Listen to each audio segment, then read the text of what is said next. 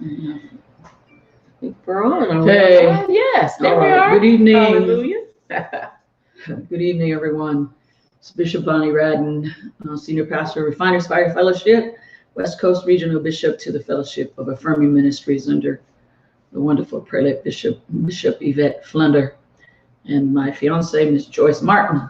Hello, everyone. I know we have a show tonight, but I would be amiss to say that I'm not pissed.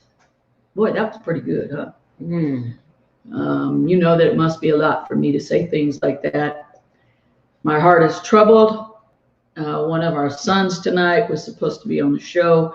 We are praying for him. Pastor Radine Robinson is on the front lines in Phoenix, attempting to keep the younger folks safe, because a lot of these folks who are protesting are young people.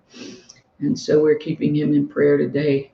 And again, as I have every night, started with a word of silence, a moment of silence in honor of George Floyd and all the other George Floyds behind him. Let's have a moment of silence. Thank you. Bring justice, God. Bring justice. Amen. All right. So on to our tonight's Friday night couples and singles night. We're excited tonight to welcome some incredible, wonderful guests, minus my precious brother in Phoenix, who was supposed to be with us but is not. And so we welcome you. Right now, we would say that if you are single, or even if you're a couple, you know some singles, please share it. Please subscribe to our YouTube channel, Bishop Bonnie Radden, or Refiners Fire Fellowship YouTube channel. Get my leg under this table. Subscribe to it so that when we come on, you know that we are coming on. And so we share it, start some watch parties, do all the things that you do. If you have questions, remember to send them to us in the back end, either in the chat, or if you want to do it very privately, you can do that in Messenger, and I'll get them in a moment. So tonight we're going to be talking to singles in ministry. Yes. Now, last week we talked to couples of faith, and we had lots of comments. And the week before that, we talked with couples in ministry. But tonight we've got our wonderful, incredible singles. Some who are singles, we will let you tell them by choice, whatever. So we're excited to have them on tonight. Amen. Amen. So bring them all on. Come on, let's bring We've them on. got Pastor Stacy, Reverend Doretha, Pastor Cheryl, and one more when he shows up back with his internet. Hallelujah.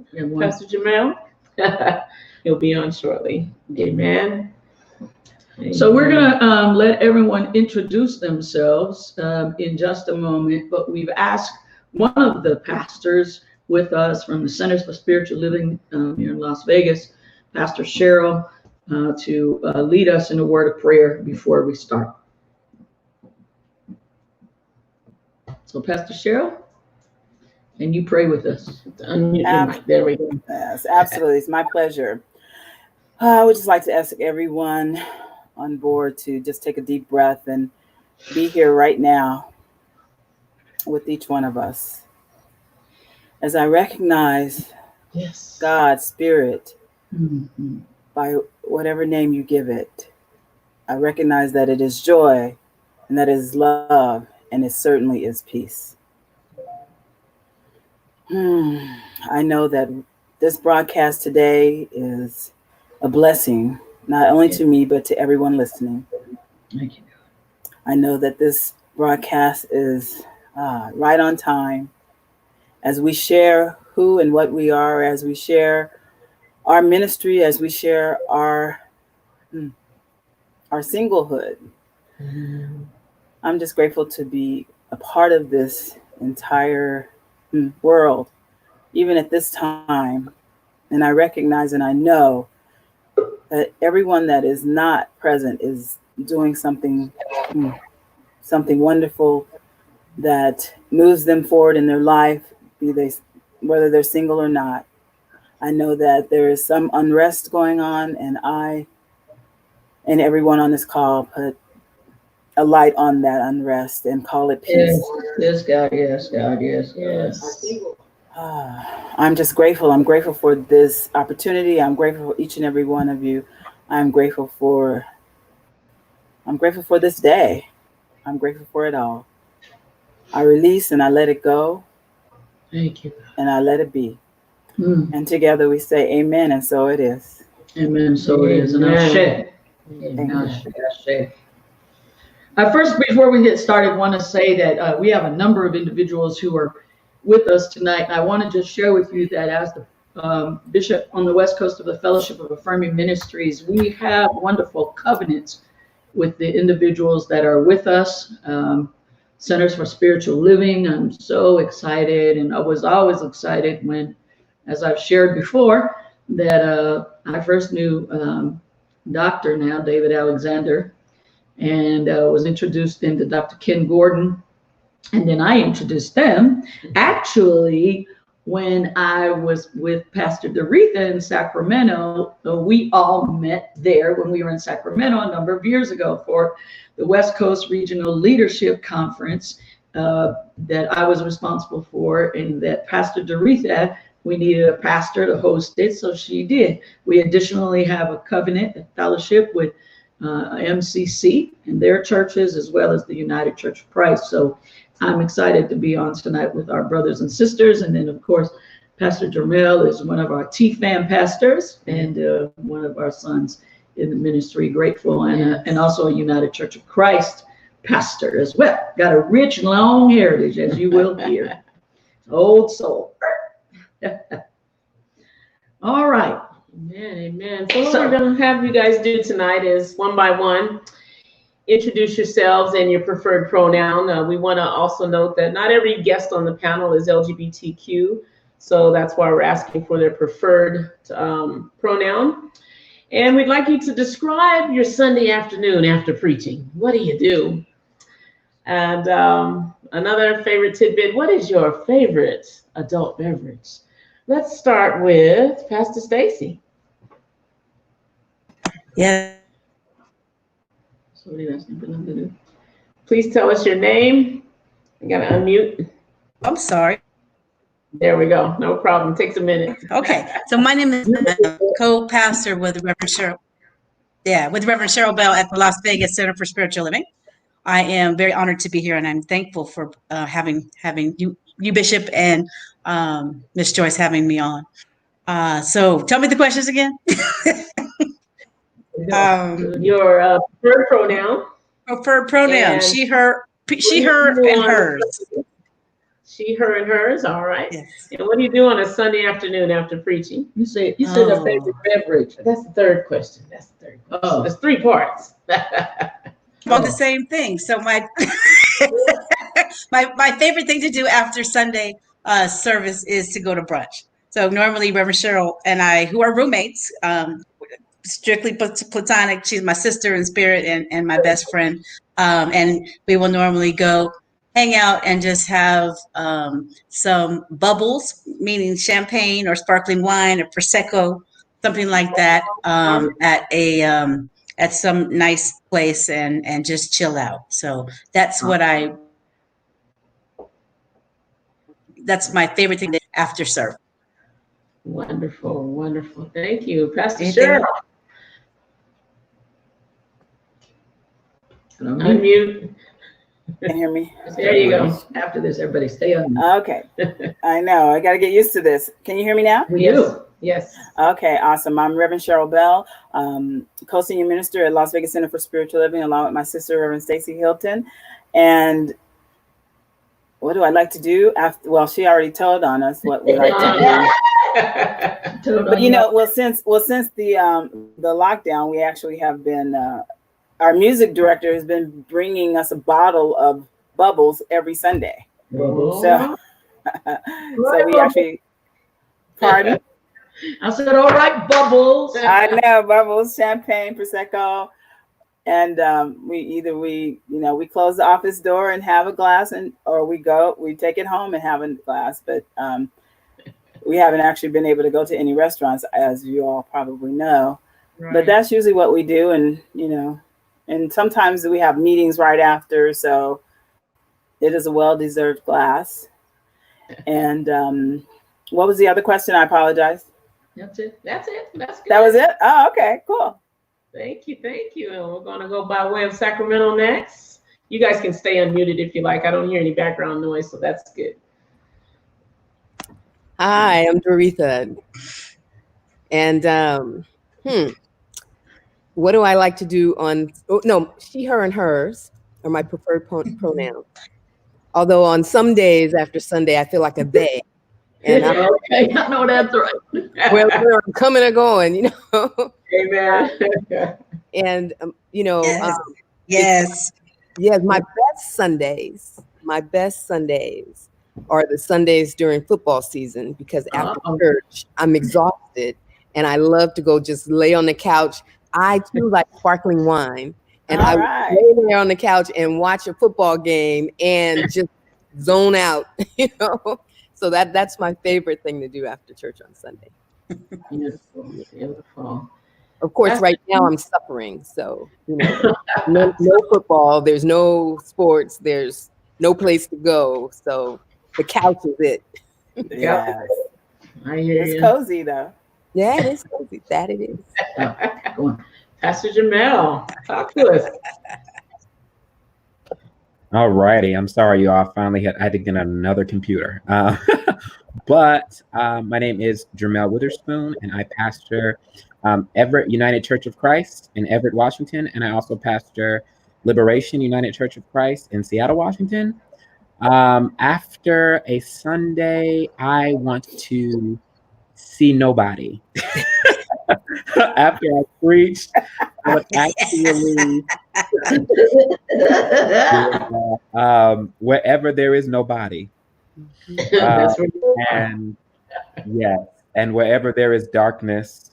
And I'm not a fan of my grandmother used to say, when you're in dark, you like darkness. A man is a fan of darkness rather than light. There's an issue. But I would rather be somewhere where there is darkness, where there is quiet. Sometimes I just get in my bed. Yeah. In the bed. Amen. All right, brother. preparing for Sunday is no small feat. So I hear everyone. Especially when you pastor two churches like you. Okay. Yeah. With I'm running two different kinds of congregations. What'd you say? With two different style of congregations. Very much so. Very much so. My favorite adult beverage would have to be a Moscow Mule. What the world is that? I can't help it. So sorry. You have to ask somebody what was what? Vodka. What is Prosecco? That sounds like something a doctor. That sounds like something a doctor ought to be doing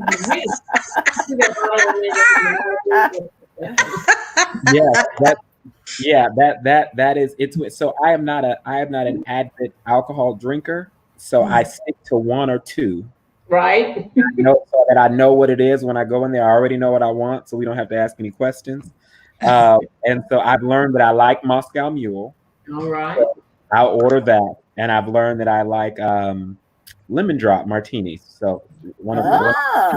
I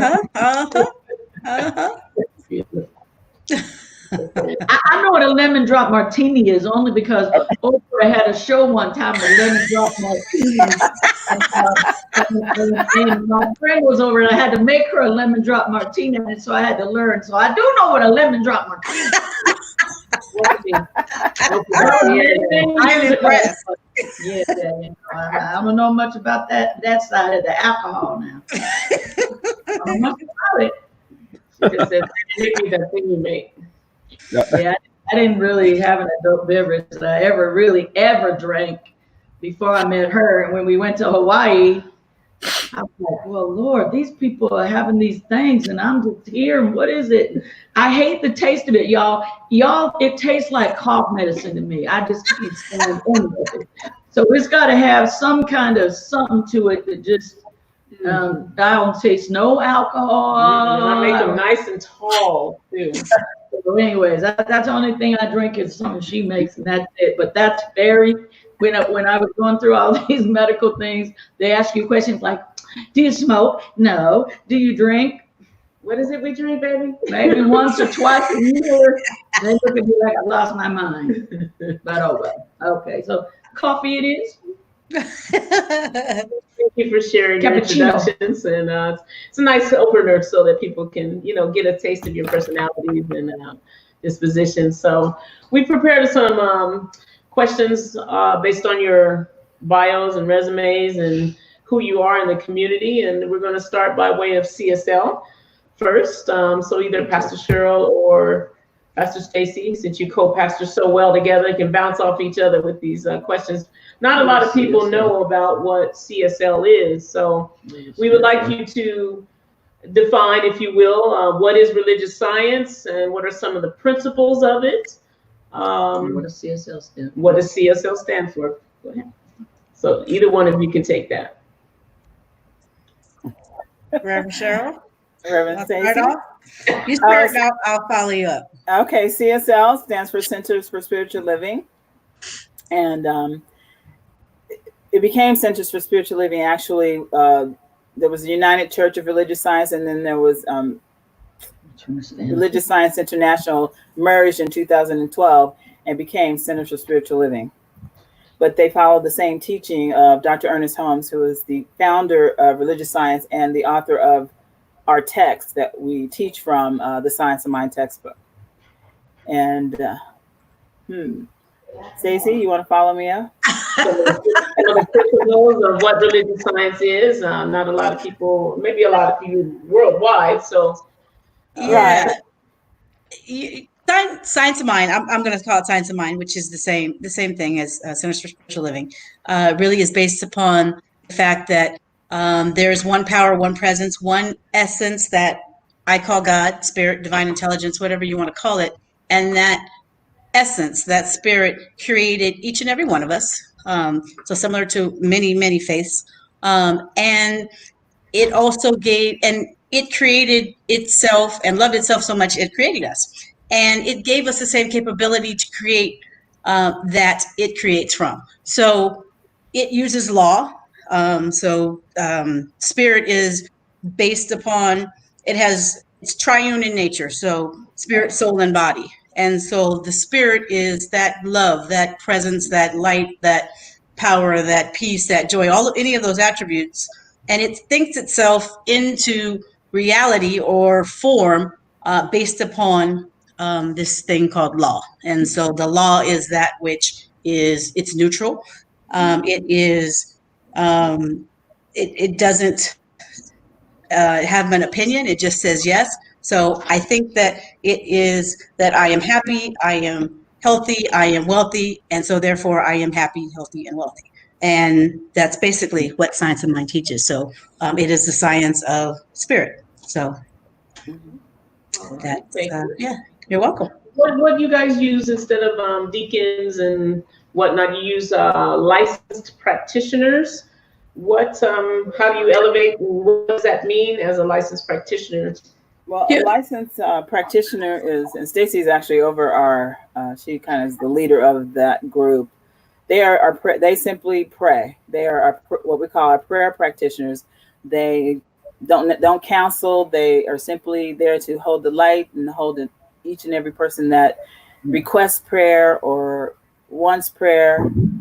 That's what they're there for. They're there to support us in prayer. They're there at our pleasure, the Reverend's pleasure, meaning that they're serving not only the community, but they're serving the church that we're a part of.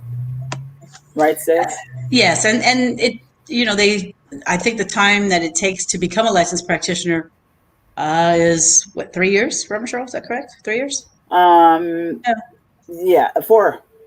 4 years. So it is a lot of study. And so that principles, and basically our basic principle is our first principle, power, one presence, and there's about 10 other principles that we believe in. And so grace and peace and power and love and nothing outside nothing of that. Yeah, nothing outside. There's nothing to be healed, just truth to be revealed. Truth And we revealed. believe that the truth is the truth, no matter. We believe that there's one God and there's many paths to that one God. And, that's, what can I say? That Jesus is necessarily our teacher, taught us exactly what we need to do to have heaven on earth. So we follow the teachings of Jesus in that we apply those teachings. We attempt to apply them. I'll say that. Okay. So technically, we believe in applied Christianity. What we think about, we bring about. That what we create a world by, we create a reality by creating our own world based upon what we think. And what we believe. Definitely what we believe. So I want to say this to all of you who are going to now send me a message and say, Bishop, have you lost your mind? No, I have not lost my mind. And I think that one of the keys that I want you to understand that they said is that there are many paths to God. And I know you're going to, all you Jesus-fied, you got to pray the prayer to get into heaven, are going to tell me that, I'm going to lost my mind. Well, if you followed me for any length of time, know that that's not my theology now. And so one of the things that I'm incredibly excited and incredibly love about the Fellowship of Affirming Ministries, which is a fellowship and not a denomination, is that one of the things that our bishop has taught us for many years is that we don't have to have the same mind to think about the same things. In other words, we can share and do and all of those things together, but don't have to believe and follow the same exact thought pattern. And that's what I love about being a part of the fellowship and being one of the senior bishops now, is that we can mind the same thing without having the same mind. So please remember that. And all the other big folks, Oprah and Dr. Phil and all them, when they talk about beef, don't send me your comments, because I probably won't respond. I love y'all, I really do. But just remember that we can mind the same thing without having the same mind. Okay? All right, let's move on. So let's see. Pastor Jamel, coming on around the West Coast side of the ocean. Sir, would you please tell us what brought you to ministry at the age of 20? Well, I went to. I'm kidding. What'd you say? I said that was just yesterday. Come on. Because it's just now 30. Hallelujah. I'm 30. It's been 10 years. Hallelujah. What brought me, I think, to ministry? So there has always been an innate pull. I tell people all the time, I was not a Jonah, and I did not need to go and be pushed and primed to go to a space wherein God had called me to. I always had a pull, and I always listened to that pull, and God was very present throughout the process and is still present. And so I've always been looking for God through ministry. Since I was young, very young. I have been searching for God in all of her many facets. And I am finding God in so many different ways. And so I was led to ministry because there was a hunger, first of all, to minister. And then there was also a hunger to know God in God's in the best and the biggest way that I could. And so that hunger is still there. And I deeply relate with the science of the mind. I teach it in deep ways, and I relate to it in deep ways. So I honor you all for being on here. I think that's that. Yeah. Is that why you're pursuing your doctorate? I am. I'm pursuing my doctorate because, well, I'm actually not pursuing my doctorate in ministry. I figure I've gotten all I need to do ministry in a formal type of education space. I think now, well, I will say, I won't say in a formal type of education space, but I've gotten the piece of paper that I need. And now I actually really need to learn ministry. And so that's probably outside of me paying another $100,000 for it. So I've decided that I would, I'm actually getting a doctorate of education in leadership, non-for-profit leadership specifically. Oh, cool. So that I'm on a 5-year plan with this pastoring thing. And so when this 5 years is up, then we will reevaluate what God is calling me to next. And it may not be pastoring. So I want to make sure that I'm prepared for all that God is calling me to. When I work in the non-for-profit sector, I do a lot of justice work outside of the church as well. So I'm pursuing that deeply. Thank you. Awesome. Awesome, son. All right.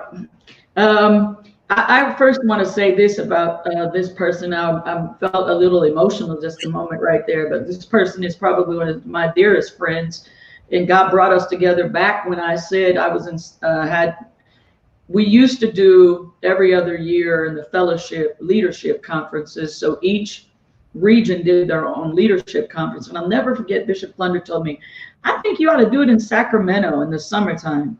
Now, if you're from Southern California and you've been to Sacramento in the summertime, that's like being here in Vegas right now at 109 degrees and then some. And I was like, but Bishop, what is that? There's nothing in the summer in Sacramento. And so, and I remember looking around for hotels and couldn't find them.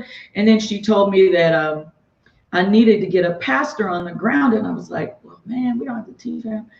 Oh, I remember people telling me about this person named Pastor Doretha. There's an MCC pastor. And so I remember calling her anyway to not take up her time.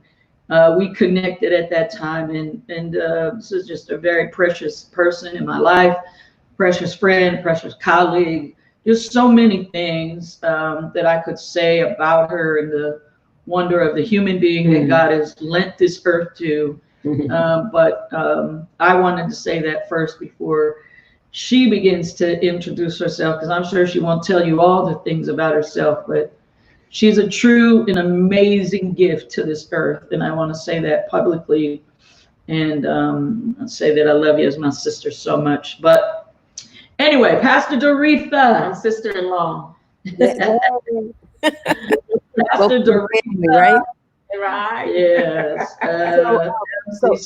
So I do. I love you too, Bishop. And I can tell you that we are tethered, since Sacramento, we have been tethered. And what's very powerful about our friendship is that it's a mentoring relationship.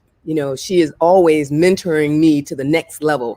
Those moments when I want to give up and be in the, oh, poor me, she comes through with these affirmations and this big personality and these big, huge dreams and beliefs. And then I listen to her. And after I get off the phone, I go, well, I guess I should get better. And the moment I get better, better things come. I'm always tagging on her blessings. I love it. It works for me. I said, good, bless Bonnie, and then I'll get blessed. And so I love that. And it works for me. You are an awesome person to our ministry. She helped me think about who I am in relation to ministry and help the church to think about how they should take care of me as their pastor. And, and really challenge them to step up, and they have always remembered that and hold her in a precious place as well. But Dr. Jermel, I'm just going to call that out right now. Dr. Jermel, hallelujah. You need to know, I've been a CEO of nonprofits, and I said I never wanted to be a pastor. And the person who prophetically sort of put me in that pastor role said to me, you are already pastoring. As a CEO, that is what you do. Right. It doesn't limit itself to the community. I mean, to the church. It is actually a community pastoring, And so you think you're going to get away from being a pastor. That's just a setup for you to become the CEO. And You run right about that. It's the same process. So same right. spirit, You're always thinking and worrying about the people and what they need, and Yes. get it and beg for it, and all of the things that we do to keep our churches alive is what we do in nonprofits to keep them alive. And so Yeah. so you're already groomed for it. There you go.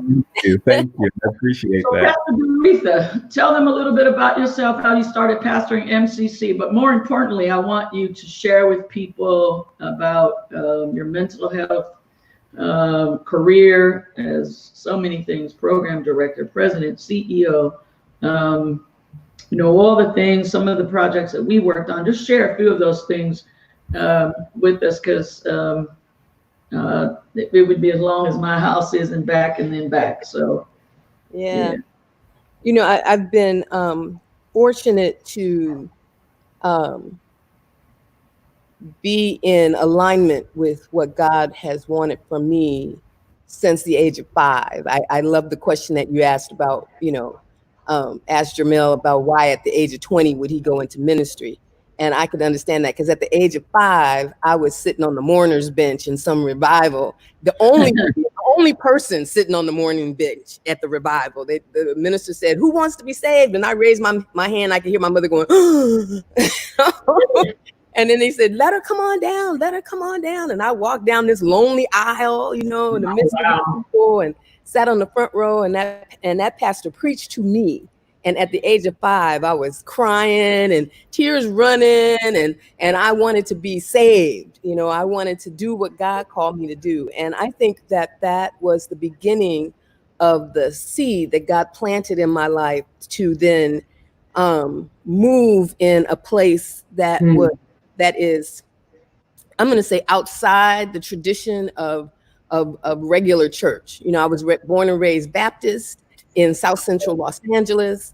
But that has only been the place where I was groomed, for leadership.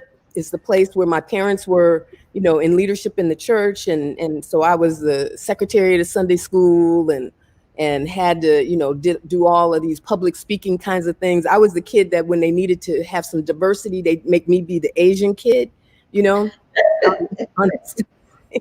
Crazy, I know. But, so for me, there's always been this inclination towards caring for people, caring for the hearts and minds of the community, pushing to be better. And so I began in clinical psychology, thinking that I was going to be a clinical psychologist. I actually went to graduate school at Penn State University and finished everything but my dissertation, and then got called to Africa to do ministry stuff. And I mean, it was just like I got sucked out of one as I was about to end that and become what I call the licensed clinical psychologist that I thought I would become. God sucked me out of that situation and then put me in ministry in Africa. And I lived there for 6 months, and it was a crazy prophetic time in my life where God just started to show me that beyond what I could even think or imagine, those things were possible. And so I came back here with this idea that we could do more than what we were doing. We could be more than what we were being. And everywhere that I looked, I tried to find that nugget. So I worked in the Watts Health Foundation and learned how to write grants in that environment. And I learned how to do how to run residential treatment programs for women and children. I ran a 150-bed residential treatment facility, and I was in my 20s at the time. And God opened the door for me to participate in the medical world. I worked for the California Medical Association. I did my internships when I was in graduate school at the VA hospital. I studied psychiatry, neurological psychological assessments. I did that kind of stuff. Rich. For me, I think it was the beginning of sort of planting the seed for the next thing that I was going to do. So the neurological training and treatment aspect of things and the assessments that I was doing set up working in an Alzheimer's and dementia unit and actually building that from the ground up, for a particular company. I began to learn. I thought that education was going to be the way that I made it, and that was going to be the ticket, to success. And God just said, no, that is not your ticket to success. That's not even how you're going to be successful. You need to change your thinking about that. You're going to live on the edge. You're going to live on the edge of what I call reality, because I was not born to be just a regular human being. I was brought here intentionally to serve and to be a part of the creative force that God has manifested in this world. And so it comes through in, all of the various places and people that I've met and worked with, and the medical environment, the policy advocacy work that I've done, and the community clinics that I've worked in. I mean, I married a man who was HIV positive and ended up running HIV and AIDS services in Oakland, California, and helping to institute the AIDS crisis, the emergency response to the AIDS crisis in the African American community. And so they all just kind of tether together in a way that, doesn't put together this tight kind of career path, but something that is, it is formulated based on need. And so when you and I met, I was at the California Institute for Behavioral Health Solutions. I had an opportunity to kind of influence where funding went for training and training of community-based organizations. And we started the Peer Support and Congregations project because people in the community were suffering. People in our community, in our pews, were suffering. Correct. People in LGBT churches were suffering. And those of us who were the clergy responsible for taking care of them, who were trained to do traditional, support in the church, were not adequately trained to manage the kind of mental health challenges that were showing up in our community. And so Peer Support and Congregations was a way to kind of overlay psychological training, counseling skills, that kind of stuff for churches, and to get the people in the pews responsible for taking care of the folks before they get to the clergy person, and then helping the clergy then to respond. So we started that, and from your program ended up blossoming out of that. And Refiners Fire ended up getting a contract with LA County. We ended up a contract with LA County, with Sacramento County, to do mental health respite services for people who are having an emotional or mental health crisis. And then last year, we were funded to do suicide prevention within the African American community. So the church is actually more of a social service agency, probably, than it is just a church, and operates more outside of the walls, more so than it does internally. So, I know that was long, but I'm sorry. That's all right. So much, but really so amazing of the work that you've done. All right, let's talk about singles in ministry. Woo! And we've had a lot of people, like couples, but we're single and we're in ministry. We want to hear some voices of intentional singlehood, or they're looking for someone. How do you? So a lot of the questions that we've pulled together from various sources and people who've written in, sent us questions. We're going to hit some of the highlights here, and it's open for everyone to give your feedback on, come off mute, and we'll start with Let me say one thing first before we come out of the starting block. Number one, if you're not comfortable with the question, pass it. Also, we want to make something very, very clear, is that don't assume that everybody on this panel is LGBTQ. That's not true. So you want to make sure that everybody feels comfortable. If we ask you a question, you're not comfortable with it, just say, I want to pass. Absolutely. We want to provide you with a variety of ministries, a variety of backgrounds, because there's someone that can relate to someone on the panel here tonight. So general question, how pressured do each of you feel to be coupled? Let's hit it right out the ballpark. What's that pressure like? You're single. How long are you gonna be single? Talk to us about what that's like as in ministry. Who will be first? Well, I tell you, it's nice to be on a panel with other people that are single, because most of the time I am hanging out with people who are married and coupled. I'm on all kinds of different groups with pastors, and they all have somebody. you know, even in the LGBT community, I think I'm the only one in my group that does not have, you know, that's not in a relationship. Not in the whole denomination, but in this circle that we've created in Northern California. So Yeah. So there's a lot of pressure. So do you feel the pressure to be coupled, Pastor Doretha? Yeah, I feel that. You know, people don't know what to do with me.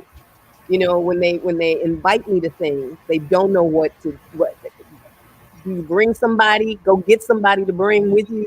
And then when they start talking about relationships, they look at me and they go, or they watch me go through my relationships and then they go, you know,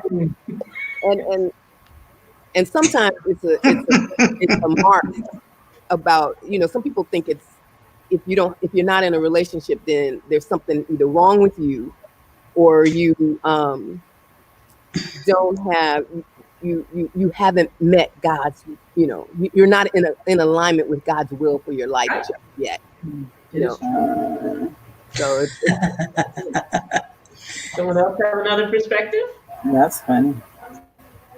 When I worked in corporate America, I felt pressured to be married or in relationship. But now that I am a pastor, I don't feel that at all. And that's funny. And I think part of it is because I live in Las Vegas. I mean, I'm from Southern California as well. And all my friends, that's where I grew up and went to junior high school and high school in Northern California, went back to Southern California. And all my friends are married and divorced, most of them by now. And so when are you going to get married? When are you going to do this? When are you going to do that?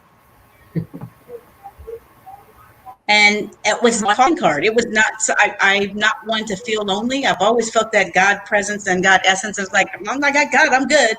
And I know that, you know, as from a physical aspect, that's a different story. But, you know, I feel like for now, I'm not in that mode where I'm out there seeking that. I'm not close to it, but I'm also not, it's different being a pastor because, you know, I'm in a teaching, I'll say teaching.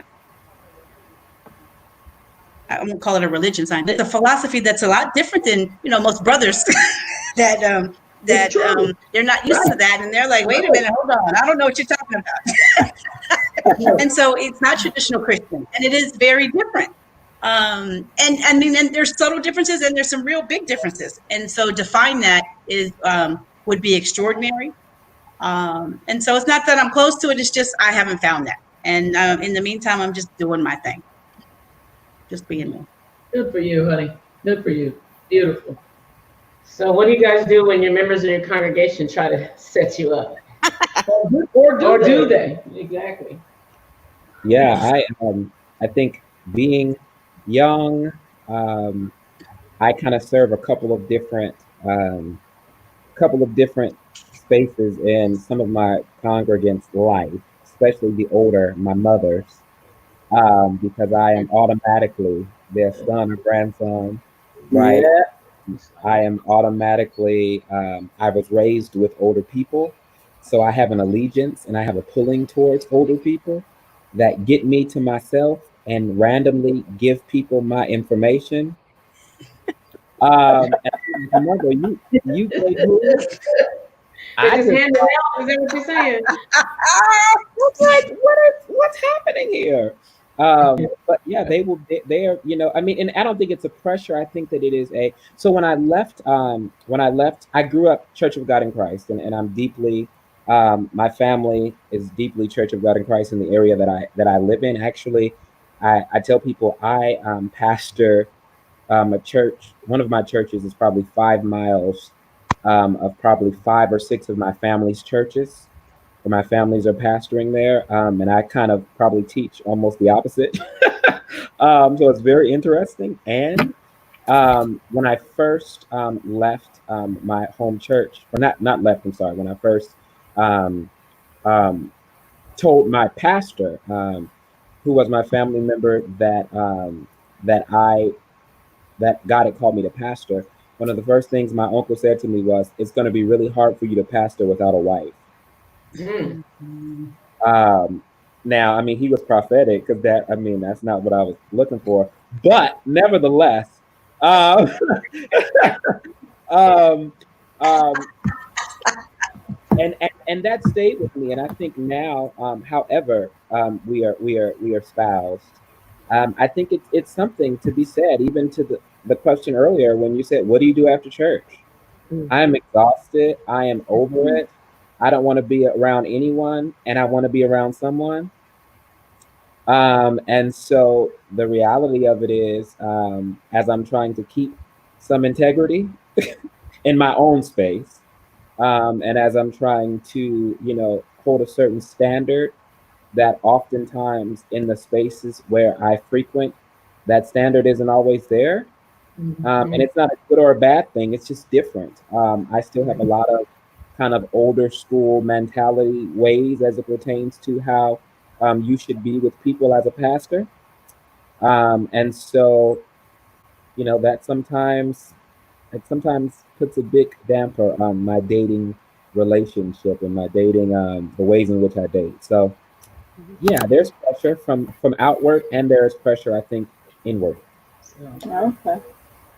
We have a question from the viewing audience. As ministers, how do you deal with people? We'll just keep it at people coming on to you or having feelings for you or do they? As a pastor and a minister, how do you deal with that attraction, if you will? Move. I am very clear, and I try to articulate my boundaries periodically, because the sad part about it is that when you're a pastor, your relationship is public. There's no such thing as having a private relationship with somebody.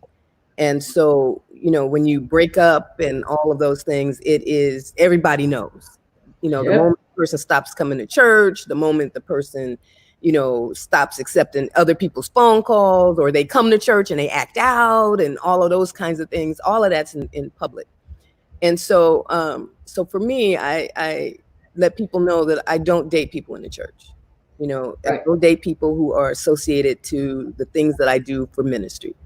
It's just the cleanest way to maintain boundaries and to keep it off. Because you know what? Every time I break up with somebody, more people come to church, more women come to church. And then they hang around for a while. And then when I end up in a relationship, they all leave, It's an interesting dynamic to kind of maneuver through. And I try to, let people know that what they're really attracted to is not me. They are attracted to the spirit within me that they see on, because they don't know me. My full self is not showing up on Sunday morning when I'm preaching or doing, the service. They see what God wants them to see.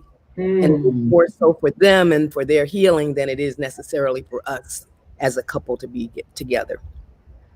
So.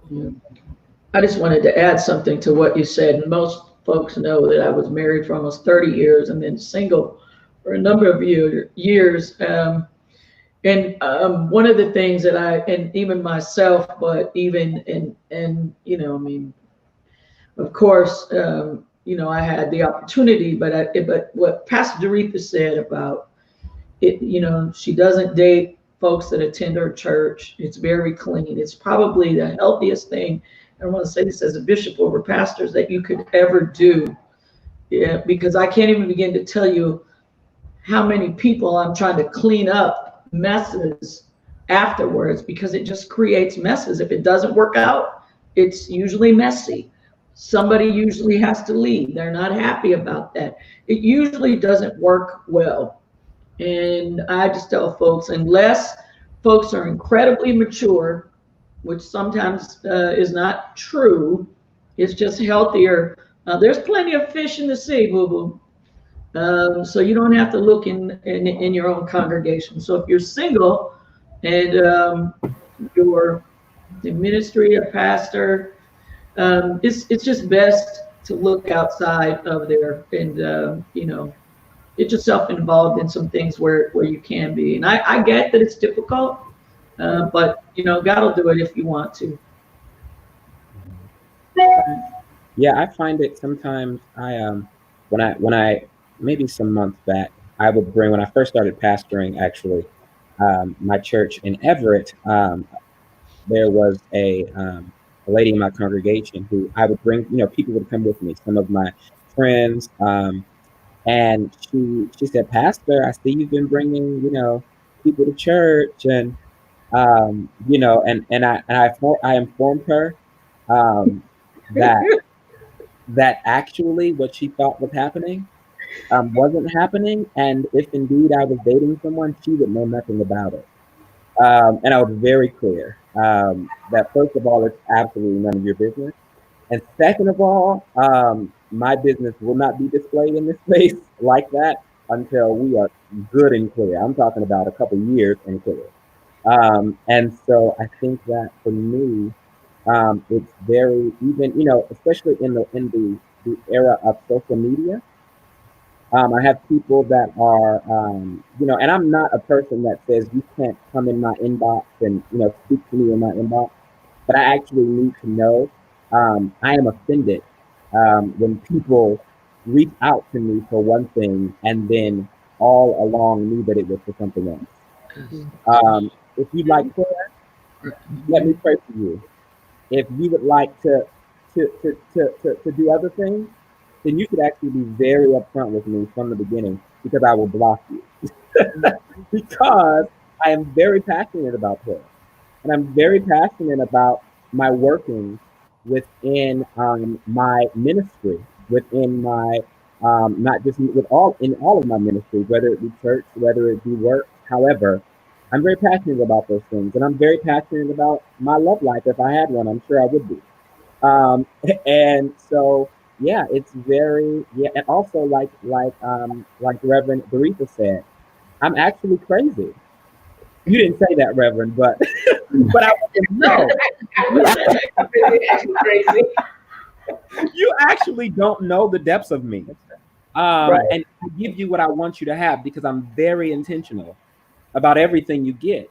And I want to be very clear that you probably will see a whole different side of me if indeed you go to that space. And you might not actually ever want to come to my church after that. And so you don't start at my church. Come to my church years down the road. Right, exactly. And I think that all of us are different in some ways, because the real reality is that we're not putting on a front of who we are as leaders. That's exactly what we're doing. We're leading as Right. pastors. And but then when we get to come home and, throw our shoes off and take our wigs off and, be who we are, I think that folks forget, that whole aspect of it all, and understand that we are, somebody, we're not somebody different. There's just another portion of us that doesn't always, it's not in the front of the church of who we are pastoring. For sure. We have someone on the panel who has shared that they intentionally are single. Would that person like to come forth and explain what that's like? Well, first of all, I'll say that I agree with Reverend Dorothea, and I agree with Bishop Bonnie, and I feel no pressure to not be single. And I don't really. No, nothing you missed. Oh, can you hear me? Yeah, I don't really know that I even feel single, because I have a membership that I am attempting to stay connected to, during our church's closing, and I'm so busy. I'm way busier now than I was when it was open. And yes, it's intentional, because I have a ministry that I'm working with, and I don't know that I could do both at the same time at this point in my ministry for me. So this certainly is intentional, and God, I can't even imagine anyone coming to church and asking me on a date or anything, for God's sake. Because and plus they probably already heard not to do that. So Okay. Well, if I could maybe add this, lots of us, and I know that when I was after my divorce I knew that I was not going to stay single. I just knew that in my spirit, not because I'm lonely or not because of anything else, but because of what I'm called to do. I need somebody that can help me in the places where I have gaps. And I needed that like a lot, not just hitting there or go get one of my congregational members. So I knew all of that. And I'm wondering, Pastor, and I hate to put both of you on the spot, but I just want to say this. I know you guys are great friends, best friends, your roommates, your pastor, co-pastor. Does that help?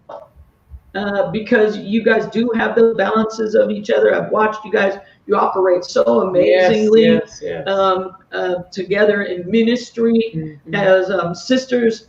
And I'm wondering if that's helpful to the other aspect of, the couple part. I think so. Yeah, I think so. I think that it certainly that loneliness factor, and that I have somebody to talk about really everything that we do as far as the church goes. We talk about, and so and since that's the largest part of what we do, it's somebody that's always there. So I'm sure that has something to do with me not choosing right now to be with anybody. I mean, I've got Spirit in my life. I got my bestie. I'm good right now, and because it is so time consuming, I'll put in, I mean, we all know this, it's unbelievable. And so I can't imagine, and I know all things are possible, I can't imagine squeezing somebody else into that. It would have to be a very special person that would allow that. And I'd have to have some room to cut back and say, you know what, I'm not going to do as much as I have been doing. And I'm just not there right this second. But I absolutely think that having Cheryl as a friend and sister absolutely is it's part of me being able to. It's part of us being able to do what we do as far as all the things that we do, and still not kind of wonder, oh, maybe I should go, find somebody. Maybe I should get on eHarmony or whatever the heck. Well, I guess our time at this point, right? Yes. And Reverend Stacy, I would also like to add that, I know some people may think, oh my goodness, then you're doing ministry 24/7, but no, there's still, because we were friends first, so we have time when there's no discussion about anything that's going on at church or anything that's going on with anybody at church. And it usually just takes a look from me saying, I am not talking about that right now. But so and Stacy has, I have family all over the place. I go to at least 2 or 3 family reunions, seem like every other year, and she has family in LA, and we still have other lives in our lives, Yeah. Awesome. There was another audience question that came in. We have an older congregants in the Bible Belt, if you will. They are divorced and they're single, wanting to blossom their ministry. There's a network in that community that are other divorced single ministers, but that particular denomination, since they are women, suppresses them because they are in fact divorced. So they had a question is, what pastoral counsel would you be able to offer an older parishioner who's been divorced but has a call on their life and their ministry? How would you counsel them?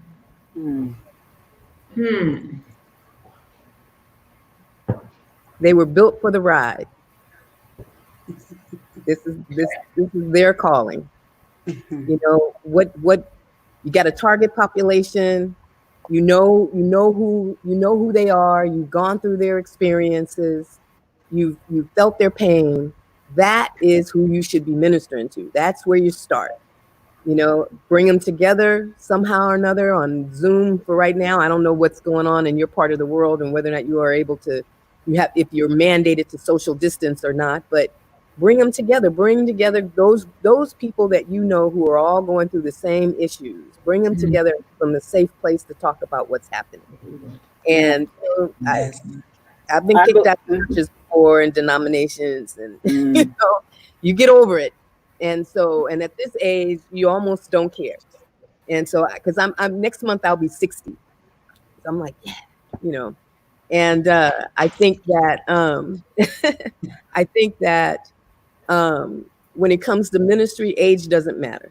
You can start at any place and any time, and just start touching the lives of the people that you see are called to respond to. Yeah. And I offered her suggestions on to hone in on what it is her ministry is calling her to do right now, because we get under others and it gets kind of suppressed. So now in this quarantine and isolation space, it's like, if you want to pastor to the seniors, get your program together. So the right place, the right time, you'll be able to flourish and blossom and really touch those who have been disenfranchised in that ministry. I would say don't get a program together. Don't get a program together. Bring them together and let them design the program. All of the people who have the need, let them design the ministry. Let them design the outreach. Let them design, what the calling is going to be, and then implement. Figure it out. Who's going to do what? Together. So often we think there's a template to this thing, and then the template is the one that comes from the heart. Yes. I have to agree with Reverend Doretha on that. But I also believe that everything that has occurred in your life up until this moment has prepared you for this very moment. So all that you've been through is for now, right? Nice. Yes. Let me ask a question, particularly Pastor Jamel. Pastor Jamel, do you? How do you feel when individuals who are coupled come to you as a single pastor for advice? Or counseling? So I have a rule in counseling that if it is not my expertise, if I am not certified in it by life or by paper, that we can only spend so much time together around it. And so I can give you what I feel like the Spirit is saying to me about it, and I've never experienced it. And so I can't give you the fullness, I think, of what you will need in that moment, unless by some way the Spirit gives it to me. And I don't, I'm not naive to that. I'm not naive to the fact that I'm 30 years old. I'm not naive to the fact that there are so many that have so much to share with me in my congregation, to learn from them. And I'm also not naive that the Spirit can come in and do the Spirit's work.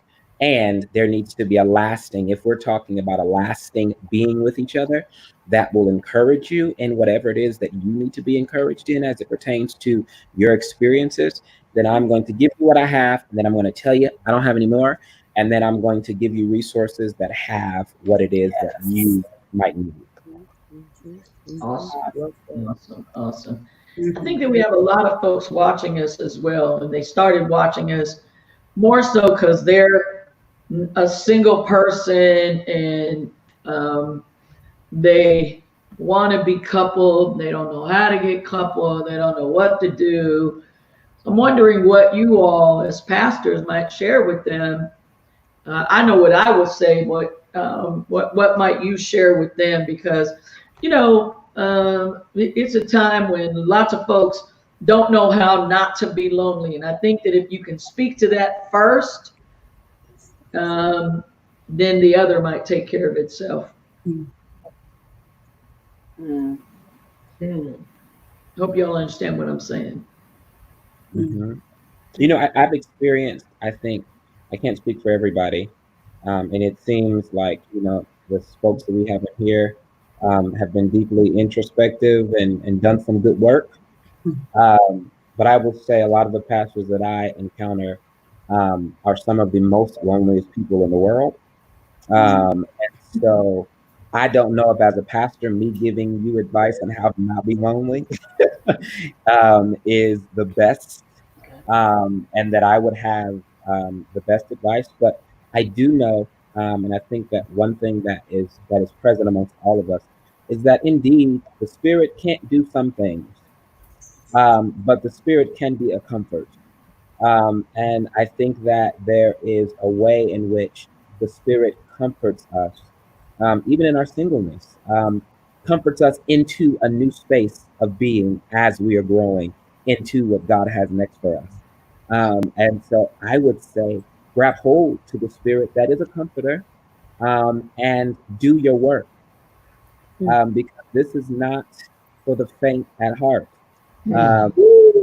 Do your work and be very clear about who you are. Be very clear. I start conversations with my frailties, and it's not that I'm pointing them out because I want to make them bigger than they are, but they're real. I have deep insecurities. They're real, and you might not see them, but they're real. And so I want you to be very clear on what you're getting yourself into and how you're getting yourself into what you are. And you might leave the spaces that you've sought after so deeply, even more lonelier than you came into them. Mindful. Yes. Nice. Yes. Yeah. Wisdom from the old soul. Anybody want to add anything to that? Yeah, I think that it's.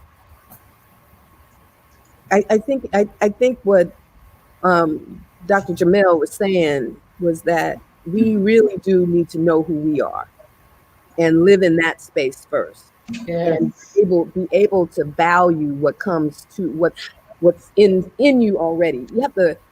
There's this thing about learning to love yourself first. Yeah. That matters most in terms of trying to be in a relationship with someone else. When you want someone else to complete you, that means that you're oozing. You know, what's being put into you is oozing out somewhere else, and you're not full, you're not filled, you're not complete. And so, in order to be in a relationship, you need to be the thing that you think you want. You know, you need to reflect the very thing that you're looking for, so that the person who is interested in that will see themselves in you and you in them, and then you can kind of partner in that way. Otherwise, you're like a vessel with cracks and holes, and you're just gonna, it's just gonna all seep out. Somebody's gonna pour into you, and it's not gonna stick. It's not gonna hold. So right. Oh, you sound like a Signs of Mind minister.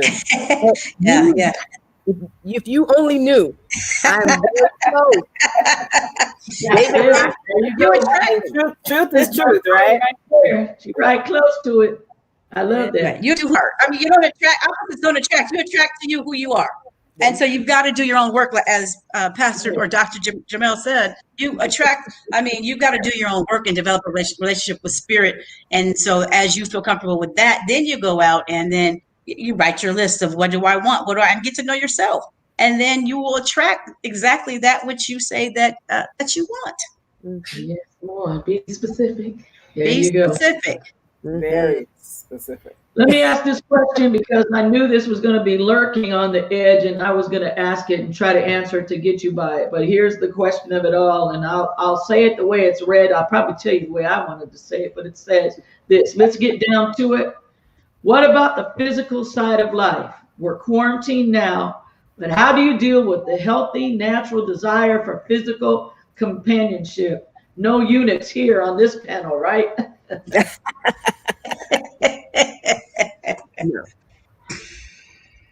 So let the bishop say something, and I'll let you all off the hook. Okay, there are contraptions that work, and I think you all know what I'm talking about. I work for a period in my life. Okay, and yes, we have physical desires. What you think, we gonna just let them die? But some people don't have let's get real about it. Don't have some of those sexual desires and drives and those other things like that. Listen, there are certain things that you have to do to take care of yourself sometimes, or even in relationships where sometimes the physical challenges of each other's lives sometimes create other ways. I remember a long time ago, actually,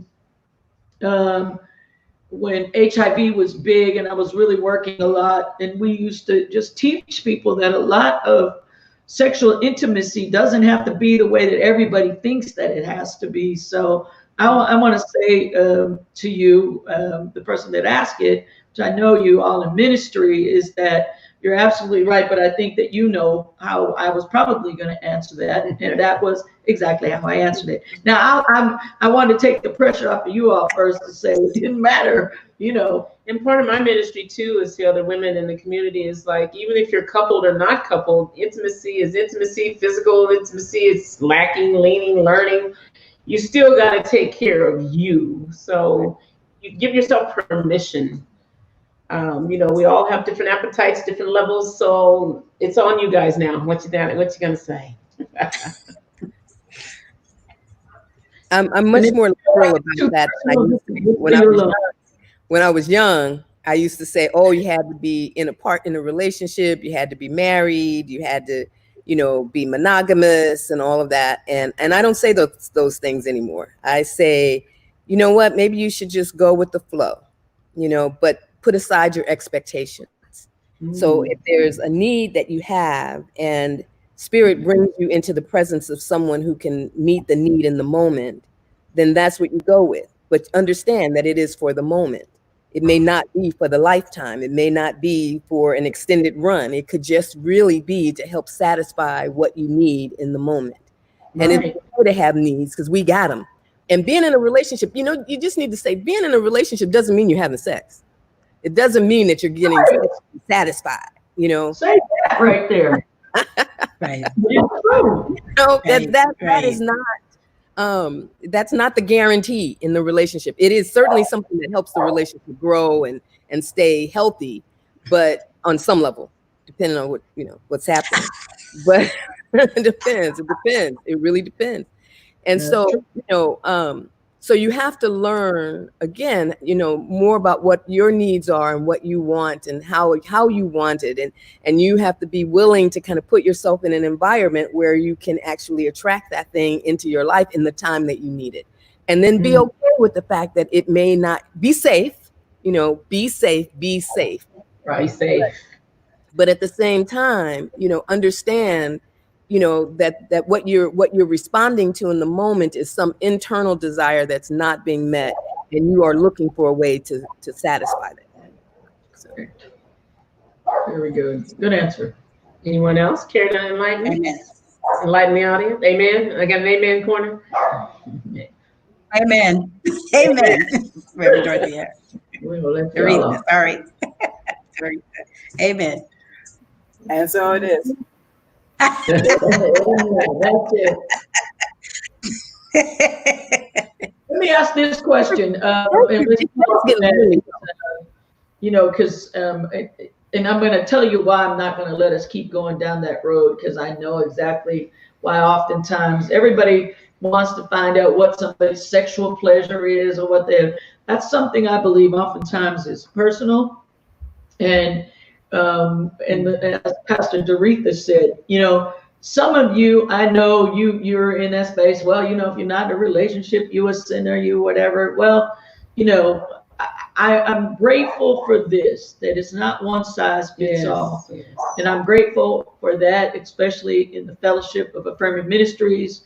I know that, you know, we sometimes don't like to talk a lot about sexual intimacy because it seems like in the church it's, you know, just for something that we're supposed to be talking about in the bedroom. The challenge is if we talk about it more, then we'll be healthier around it, man, and being clear about it. So, you know, I think that what Pastor Doretha said, you know, you know, you have to know what works for you, and I believe this, that what works for you may not work for me.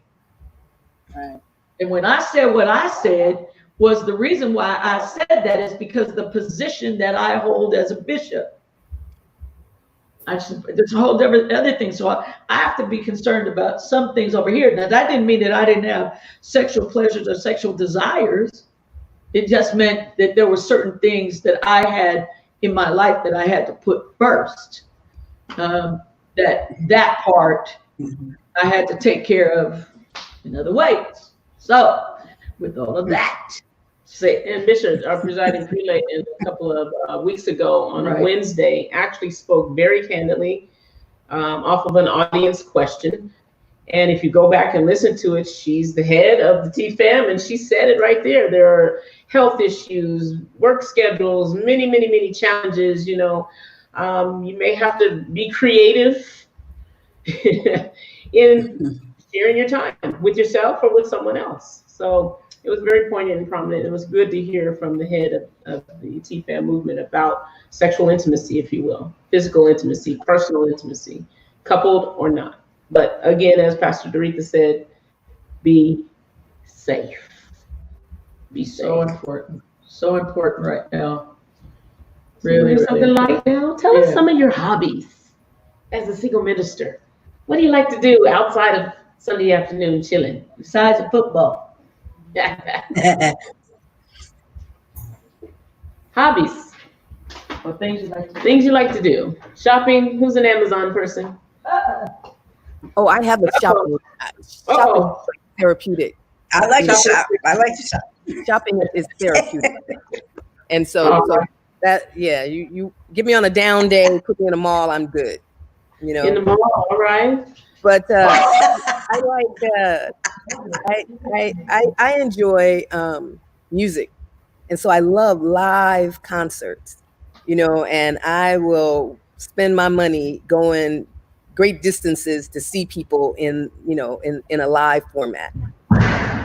And so that is one of the things that I really enjoy, and Okay. Anyone else can share? I saw another hand for the Amazon doorbell ring. Who was that? Pastor Jamel? I love shopping. I can do it for hours and hours and hours. It is very therapeutic. Sometimes if indeed I'm just restless on a Sunday evening, I may go to a store and, or the mall. I love it. I love buying. I like buying in masses, and so I've gotta find good. It's really bad. It's bad. Masses. I like looking, and I like feeling, and so I'll go to sale racks. So I have two different tastes. I have a sale rack taste wherein I can buy masses and feel like I've gotten a lot for a little bit of money, and then up the other taste that is a little bit for a lot of money that I don't buy as much of. But I remember my grandmother took me into a store when I was younger, and Nordstrom's is my favorite store, and it was her favorite store, and I was the grandmother's baby. So we would go in, and she would say, Mel, she would say, I want you to pick out, look at the most, which one of these purses is the most expensive? And I would say, I don't know. I would, point at one, and one particular one I pointed at had the emblem all on it. It was like a Coach purse or something, emblem on it. And she said, most things that are the most expensive are the things that are the least gaudy. She said, I want you to really pay attention to the quality of things and not the quantity of things. And I thought about it, and I've lived my life. And it has helped me, and it has hurt me because I go in, and my spirit goes to the most expensive thing that I can find, and then I have to settle. Either I'm gonna say I'm gonna work it in this budget, or I'm gonna settle for more. And so it needs to be controlled. Right, Pastor. For you would be the one that cute. So, I'm the Amazon shopper. The more boxes outside the door, I love it. Like Christmas. I love the door every day. A box. It's like Christmas, to me. Every day. Every day, I like to get something delivered from Amazon or from somewhere, because it feels like I'm always getting a surprise. Like in the doorbell ring, I know it's for you. I say, I wonder what it is today. Forgot what I ordered. It's in July. It came early. Yeah, that's what happened. That's what's been happening, but I'm happy. Color purple. That's me. Anything come for me? The mail are coming. It's always like, this seems like always for me. Anything in there for me? Nah, all right. Not today. Did we get a key in the mailbox? Every day. Was there a key in the mailbox? Because our mailboxes are those, and if you have a bigger box, you have to use the key, with the present. But I like it. My love language is gifts, so I love gifts, even if I buy it for myself. And I love a bargain, man. I love a bargain. Like, oh man, that's like a drug to me. Like, if I find something, I like offer up or let it go. Oh my God, I'm like, baby, come here. I'm in heaven. Like, come here.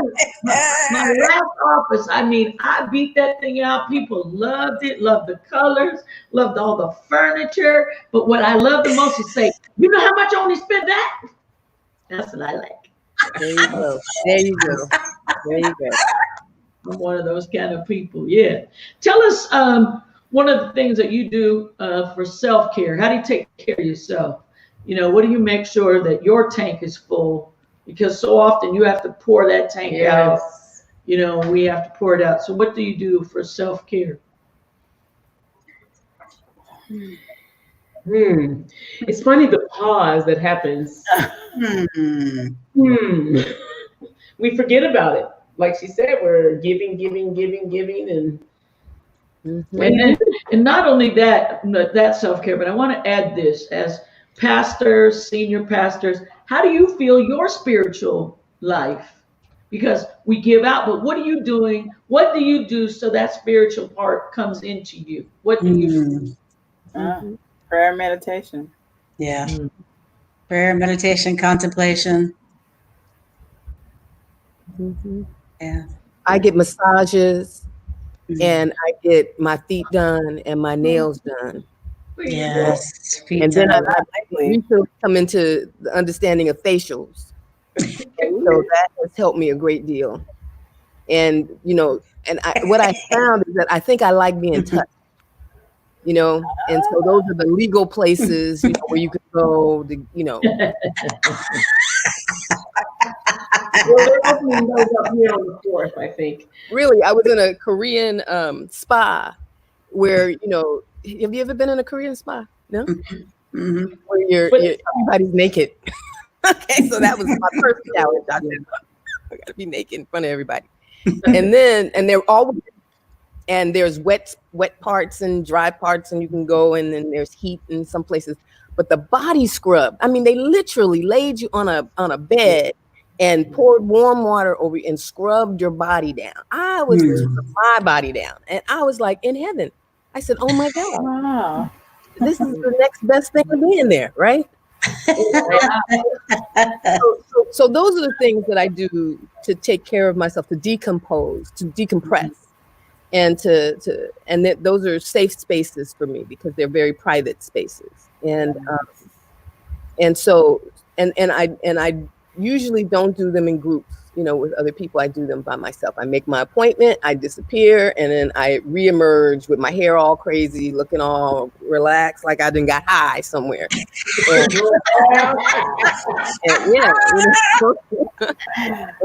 so that's my thing. And prayer and meditation, probably more so meditation, because I have had to learn how to control my thoughts. And my thoughts wake me up at 3:00 in the morning and will dog me out. Exhausted at 5, and then I fall back to sleep and got to get up at 7 or 8. Yep.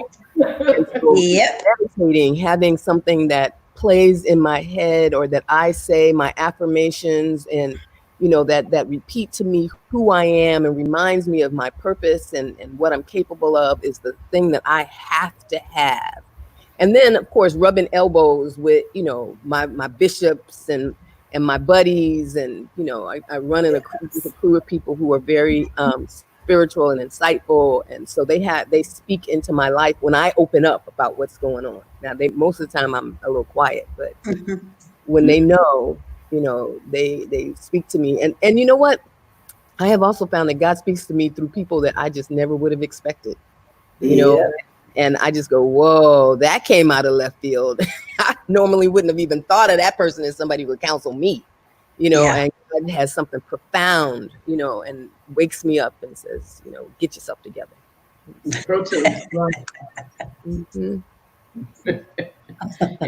amen. Any other comments? Yes. Any other comments? Jermel, what do you do for self-care? Shop more and shop? Oh yeah. I appreciate getting my hair done. I appreciate feet and nails. I appreciate those types of things. I appreciate shopping, of course. I appreciate hanging out with friends. I have so many different people inside of me. And sometimes going to the spaces and being with the people that brought something out of me at a certain point in time just gives me such life. When I was in college, undergrad, I went to undergrad in Alabama, Montgomery, Alabama. And we used to say we were getting ratchet.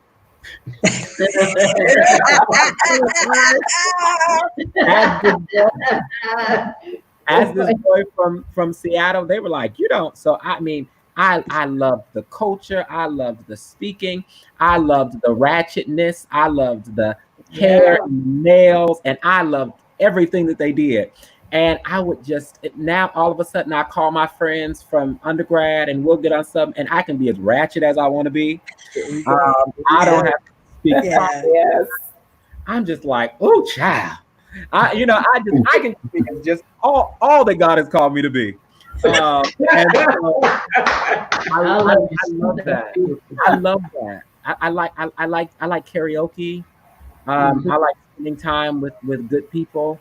Yeah. Awesome. I like that. Dancing is the thing too. Dancing. Yes. Hours. And Yes. aren't you tired yet? No. Yes. Dancing. Yeah. Okay. And I used to like that till I got a certain age, and then things don't heal the way they used to. You have to throw something out. Two songs. You know about that, and and then you start looking at your watch, going, "Dang, it's only 11 o'clock." Oh Lord, we only been here 2 hours, and we and we noise just laughing, and I'm going like this.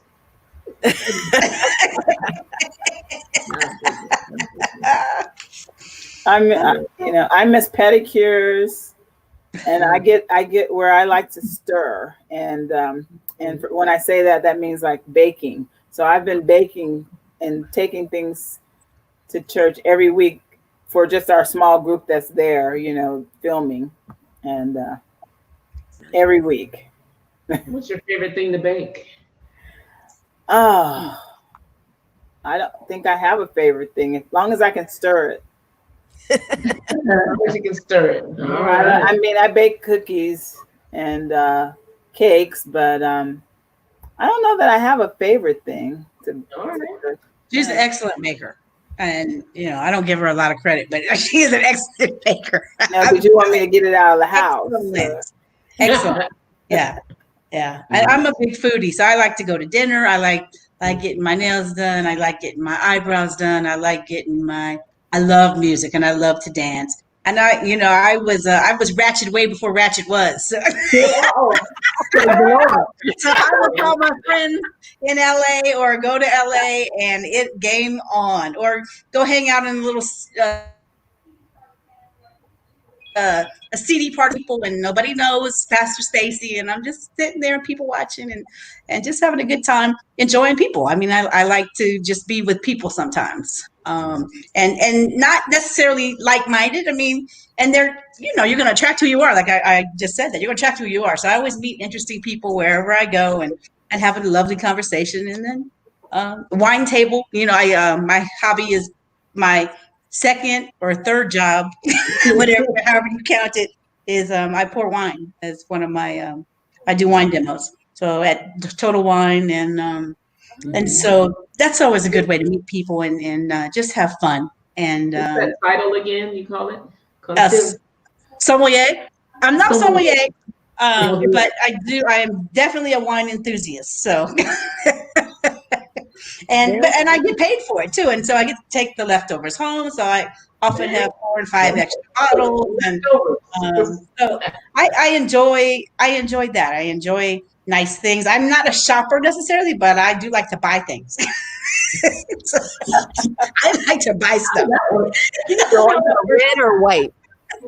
I prefer red, but I drink white in the summertime because it's awfully hot in Vegas to drink red when it's 110 degrees. So yeah, I'm a big wine enthusiast, but I just like to be around good people and just have a good time and not be uptight and just be me. And just be me. Beautiful. And just for the record, I don't go to the CDP. Someone has to stay home just in case there's a phone call, you know. Oh. That was a previous life. I'm on my way. Previous life. Yeah, I'm just kidding. Well, No, you're not, but that's okay. I know that the hour is late, and I want to bring this to a close and I'll call you all by name to just ask you if there's anything that you would like to share with our listening audience about being someone who's single and being called to the faith walk that you are called, to the ministry that you are called. If there's any words of wisdom that you would like to share with our listening audience. So let's start with Pastor Doretha. You want to share it, and then we'll go Pastor Cheryl, and then Pastor Stacy, and then Dr. Jermel. Dr. Mel. So recently I have been curious about this particular person who is not part of the ministry and all of that, and but who has not necessarily shown an interest in me, but and that's probably what sparked my curiosity about them, right? And so, so I've been doing things to try to get their attention. And over the weekend, since it was a holiday weekend, my plan was to, call them up and say, hey, what you doing over the holiday? Can, you sit on your side of the fence and I'll sit on my side of the fence, and we can, talk to each other and kind of check in. And they didn't answer the phone. And so I said, oh, okay. All right. Well, right after that, I get a phone call. I get a phone call from one of my spiritual sons who says, God just gave me a word for you. And I really, just like, all right, whatever, let me call.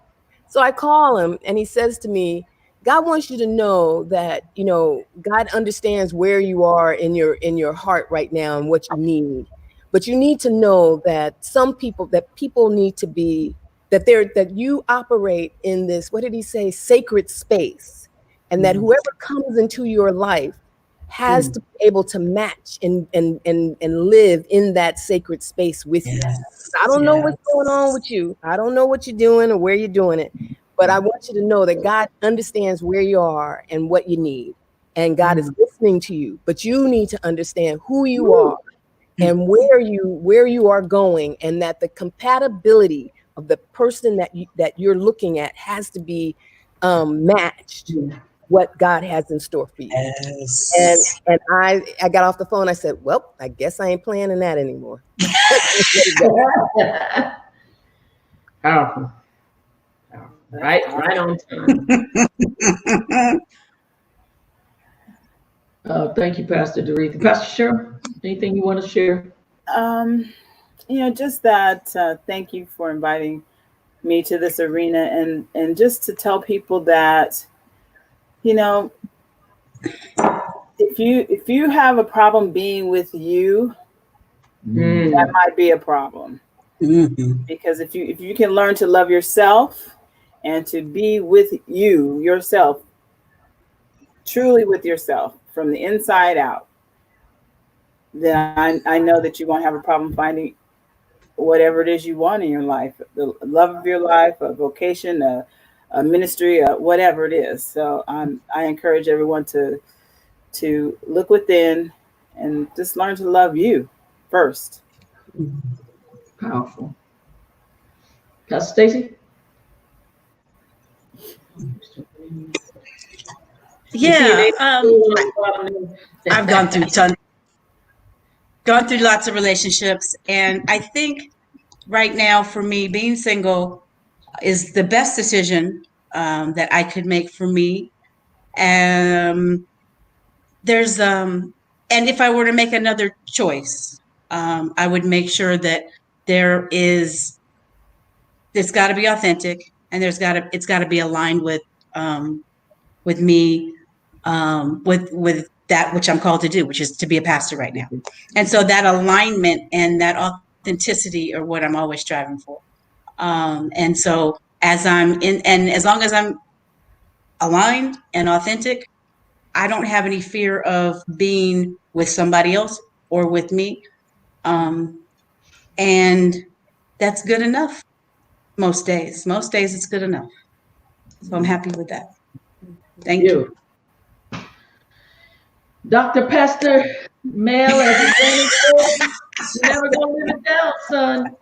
All the beautiful women done started calling you doctor. Yes, doctor. So let's just call that I'm gonna call you all in the thick of it and say, can you just call me doctor? In the thick of it all. We can do it, son. We can do it. Yeah. I want to say first off, thank you for having me here, and I appreciate all of your. Some people get offended at this, but hear my heart. All of your mothering spirits. It almost makes me emotional because you all are so beautiful. And I so appreciate you being here in this space with me and inviting me to this space. And I want to say passionately that my belief is I pull from a scripture in the Bible in Philippians that says God wills and works in us to do of God's good pleasure. And I think that indeed, in the depths of who we are, what we want, God wants for us. Yeah, I think in our soul, in our subconscious, that the thing that we've cried out for before systems came and smothered us, before all of the ways in which we thought we needed to be came and smothered us. The innate thing, God's good pleasure, calls out from the depths of us, and it calls out for what it is that we call out for. And so many times we are actually deeply aligned with God, made in God's image. And so systems have told us that we are so far, that our thoughts are so far, and they are so close. And so what I will say is that if indeed you desire it, if indeed in the depths of you, after you have searched yourself, I subscribe to that, search me, oh God, and let me search me. After you have searched yourself, and you find that that the goodness in you desires companionship, the godness in you desires companionship, then you should be diligent in your searching of yourself and all that is around you, and that you should embrace all that God has for you in this season, for this day, in this hour. And don't be afraid, because God is faithful to all that God has said and all that God is deep on the inside of us. Yes. Woo! Beautiful. Stamp of approval. Yes, doctor. Beautiful words. Thank you. I want to honor Pastor Redeem in his absence tonight for his wanting to protect. Last night, a pastor called for a group of young people to come and demonstrate. Most of them were 18 years old. He didn't show up. Pastor Redeem stepped in and tonight was part of a group of African-American pastors in the Phoenix area to help the civil unrest so no one really gets hurt. So I want to honor him for, he was sorry he couldn't be here, but I told him, son, you do what you need to do. Absolutely. We believe that, and we honor him tonight in his absence for us today. Also, all of you for your profound words of wisdom. we thank all of you for doing that. If you are watching us today and you are still wondering, what do I do? How do I find somebody? What do I do? I want to say the first thing, is you have to really determine what you're looking for. Right. Do your work. And you got to make sure that you know exactly what you want. Don't compromise. Too many people are in relationships that have been miserable for years. So please don't compromise all of that, and take the time to get to know somebody. And if you feel like you want to go across the fence and have a conversation, please remember what Pastor Doretha said. Because one of the things I'll never forget, the first, when I took Joyce to meet Bishop Flunder, and Joyce asked Bishop Flunder, when does the bishop come away? When does the bishop go away? When is Bonnie not a bishop? And Bishop Flunder told her, never. Never. Now that doesn't mean that I'm bishop in every part of our thing. It means that there's a call on my life that's deep. It's been there since I was young. I knew it. I didn't grow up in the church. But the call is strong, and it's hard, and it grieves me when I can't do what God has really called me to do. And so I have to be careful with that so that I protect that aspect of it all. But I also understand the other aspects of it, that some of you are not meant to be coupled up. Some of you are meant to be exactly where you are at this very moment. Paul said wise things. He said, you know what? It's better to stay single. Yeah. And I get it. I get it sometimes, really, the way and why Paul said that. So, but then I want to say to you, for those of you who are looking for somebody, when I said to you that I knew I wasn't going to stay single, I started doing what Romans says, and I started calling those things that be not as though they were. So I'd get in my car, nobody was there. I reached my hand over like someone was there. I said, baby, what are we doing this weekend? Where are we going to eat, or what are we going to do? And when I go to bed at night, I put another pair of pajamas on the other side of the bed. And there are ways that you can make that invitation for your own life. And so I want to thank you all again tonight for joining us, each one of you. Also, I want to say that if there's anything that we can do for you, those of you who are watching us either on Facebook or you're on our YouTube channel, please call us at 877-386-3806. Again, 877-386-3806. Please. The other thing I want to say is that we are coming out a lot with from this time of social isolation. I want to say, please be careful. Please. Please, please, please. Again, I've had two young people in my church in Refiner's Fire contract the virus. They were very sick, and it's no fun. So I want to ask you to please make sure that you are careful and taking care of yourself and still wearing your mask. I'm not going to boss you around, but please make sure that you take care of yourself. Also, we can't do this ministry without some funding. So if you would like to give to us, you can do that by a couple of ways, either by Givelify, the app, Givelify. You can download that app, or you can do it by Cash App, and that's $ Bishop Bonnie, capital BNB. Again, we want to thank our guest, the one and only, my precious friend, the Reverend Doretha Williams Flournoy from Sacramento, California, from the Church for All. We want to thank Pastor Cheryl Bell from the Center for Spiritual Living, Las Vegas, as well as Pastor Stacy Elton from the Center for Spiritual Living of Las Vegas as well. And then, of course, the one and only Pastor Doctor. Yes. And we're going to we're calling those things to be not as though they were. Absolutely. He's a precious soul. He's a rich soul. Yes. Pastor Witherspoon from the Seattle area, Everett area of Washington. And we thank you again tonight. God bless you. Join us Sunday morning at 8:45, and we'll be right here again. What? Got a couple of things. Oh, got some things. I'm leaving. Okay, so for the month of June, we want you to know that it's Refine Inspire Church anniversary. So I want to ask you to join us. It's on my 24th year. So we'll be being virtual with that. Also, many of you know that I've been undergoing treatment. I have realized I can't keep the pace up that I've been going.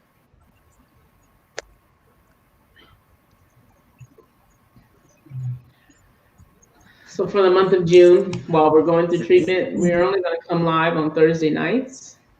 We have been nightly since the pandemic, before the pandemic started. And it's obvious that the pace we've been going, trying to encourage and motivate and provide comfort and words of inspiration during this time we need to take a little break. So we're going to just come live Thursdays. And for the month of June, the topic that we've found through this process is the umbrella of relationships. So every Thursday, we're going to bring something surrounding relationships to the public and the community. That seems to be a good topic. Family relationships, partner relationships, single relationships, relationships with money, relationships in all kinds of areas and facets that this pandemic has really brought people to the center to stop and to slow down and to really think about their lives. What does church mean to you? What is socialization? What does family connection mean to you? So we want to really touch on that for the month of June while we're in treatment every day for 5 days a week at radiation process. And it's taken a little toll already. Just in the first 4 visits, unknown side effects are happening. So we have decided that this is our last broadcast for May. But starting next Thursday, we will meet you all here live on Thursdays at 6 p.m. So thank you for your support. We appreciate it. Thank you. Appreciate your support through it all. Good night. We love you, and God bless you. Amen. Love you all.